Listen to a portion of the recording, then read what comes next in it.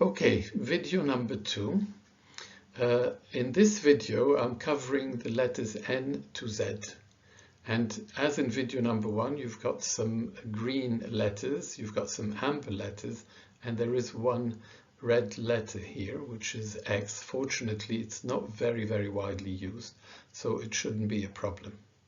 Let's dive in. So the N is a green letter. It sounds just like English. There is nothing special here. Nada, na piscina, ninguém, longe de mim. Nothing special here. The O letter is a little bit complicated. So you've got the standard O sound like in lock, olhar, colocar, chorar. Okay. However, this is where it gets interesting. At the end of a word, the O sounds like an U, like zoo, okay? Eu nado no lago. Eu nado no lago. I'm swimming in the lake. Eu não tenho medo. So it's more like an U sound than an O. Não tenho medo. Okay, it's short U. It's not a long U. Okay, and this is quite, it's not obvious because you're seeing an O here, like lago. So why would you say lago or medo? You know, it's not natural for an English speaker. So this is a little bit of a difficulty. And it gets even more complicated because when you have an O followed by a U, this is where you tend to say, I'm going to say Luca, because actually I can read an OU in French or in English. I'm not sure about English actually, but this you would tend to read as an O or U, Luca, Mandu, Choru, but actually, strangely enough, you have to forget the U here and go back to an O sound. So this is loca, Jimmy. Eli mi mandò, Eli chorò. And that's really, I think this is one of the difficulties here because the letters are telling you something and you have to pronounce things differently to what the letters are telling you. So just remove the U. I usually strike it out, you know, in the lyrics. Sometimes I have to strike out the U just to remind myself that this is loca or mando. Okay, so two different pronunciations. Just to recap, you have the standard O sound, which you find normally here in the beginning or middle, or if there is a U after the O, wherever it is, if there's a U, it's still an O. And then you've got the U sound, short U sound, nado no lago, eu não tenho medo, the U sound that you need to remember. The P letter is straightforward, nothing special to say about it. The Q letter is a little bit complicated in that you've got two sounds. One sound where you ignore the U. Okay, so if you look at the, by the way, the letter Q always comes with a U after it. Okay, so but sometimes you have to ignore the U, like in this case you say quintal, qui, quero, quem, aquelas, aqui. So in some cases it's pronounced as a K sound, i.e. you have ignored the U. In other cases you have to take into account the U and you say quando, you don't say cando, you say quando, aquarella, quota. Okay, so the rules in front of an I or an E, okay, like here, you know, QUI, you ignore the U, you say quintao, so it's a K sound. Ki, quero, quem. So E and I, you can remove the U in a way, okay, and not pronounce it as a W, qui. However, in front of an A, before an A or an O, you have to say quando, Q-U, quando, so it's like there's a W. Quando aquarella quota, okay? And it gets interesting because although the rule seems very simple here, you know, in front, before an I or an E, this is easy to remember, before an A or an O, easy to remember, there are exceptions which can throw you and confuse you. So take this example, you don't say tranquila, you say tranquila, okay? You don't say frequente, you say frequente. So these are exceptions that you simply have to memorize, as in any language, okay? But they are exceptions. And there are others, by the way, these are not the only exceptions. The R is, I think, a little bit difficult, actually. And the way I've overcome the difficulties is that I summarize the R as two different sounds. One is like the French R. You could say an H as well, Rio. But for me, it doesn't quite sound right. So I tend to say Rio, Rua, Rima, Carro. The double R, by the way, is similar to the French sound. Rio, Rua, Rima, Carro. Okay? Which is odd because you'd expect this one to sound more like the Spanish R, which we will come to. But no, it's Ria. Guerra is the same thing, double R. So more like the French sound.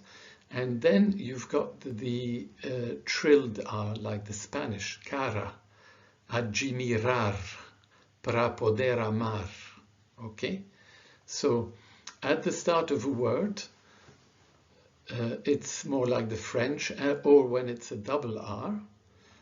Otherwise, it is a trilled R, like the Spanish, cara, admirar, para poder amar. Now you will find quite a few, I found quite a few differences, regional differences between different singers, etc.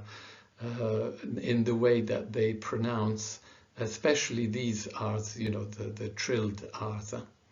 These tend to be okay. There seems to be some consistency here, but on these ones, I hear sometimes amar or amor, as well as amor. So maybe I'm not listening carefully enough, but you know, this is something to be wary of. I'm sure it's more complicated in reality, but that's how I've summarized the two different sounds. The S is another amber letter, so it's got two main sounds, okay, maybe three. I'll come to the third sound later. So take the standard S sound, like sozinho, saudade, estrelas, bolsa, raiz.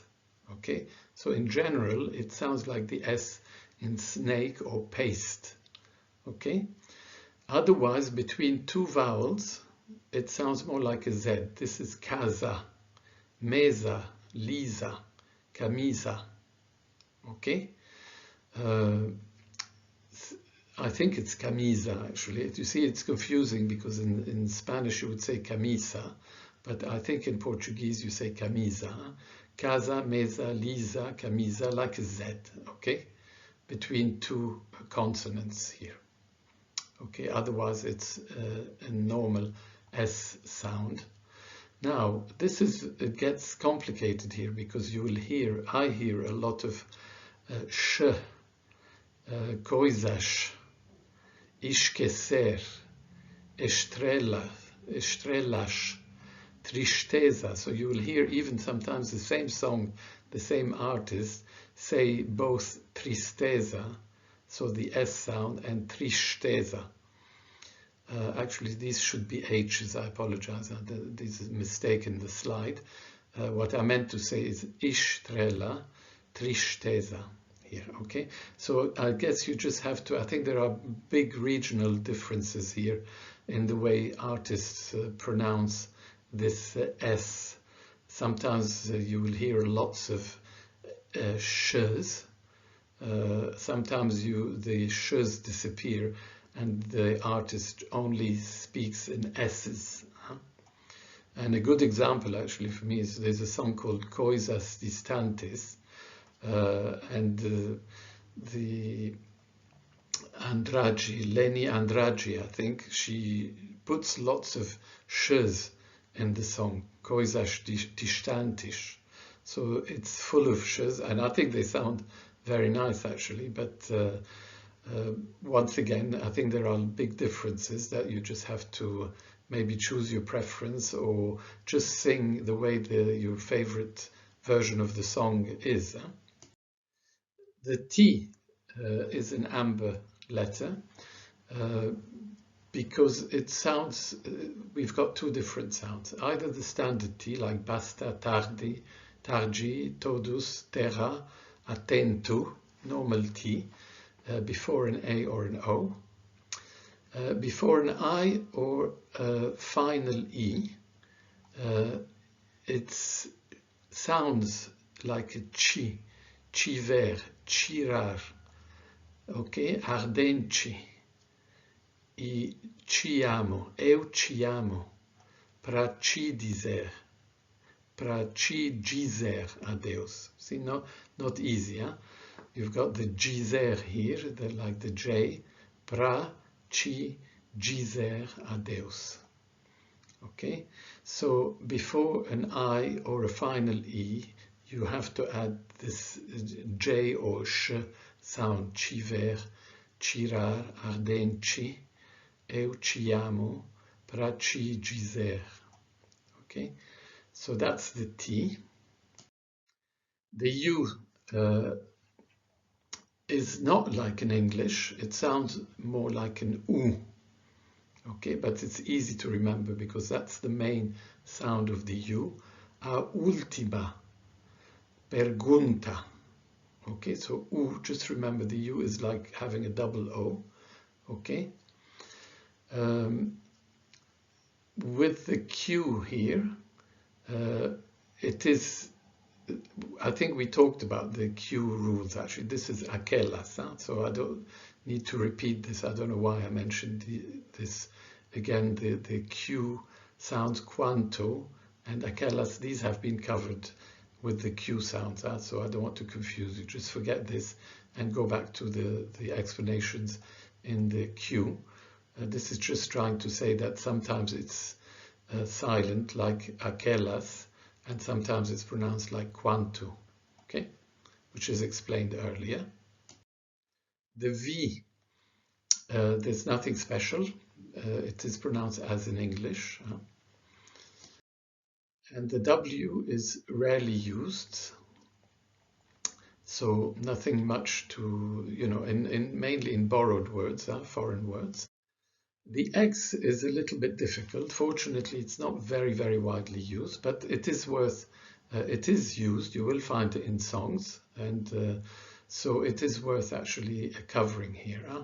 And I will cover just, so you've got either the same as in English, taxi, okay, and the rules are difficult, so I think you need to remember which words actually are pronounced with which sound. I don't believe that there are hard and fast rules. So, for example, this word uses a sh sound, desha, desha, luxo e luxoso, sheath, extra. It sounds odd, but this is supposed to be the sh sound with desha, as in the song, the Baden-Powell song, El luxoso, Rosa Passos.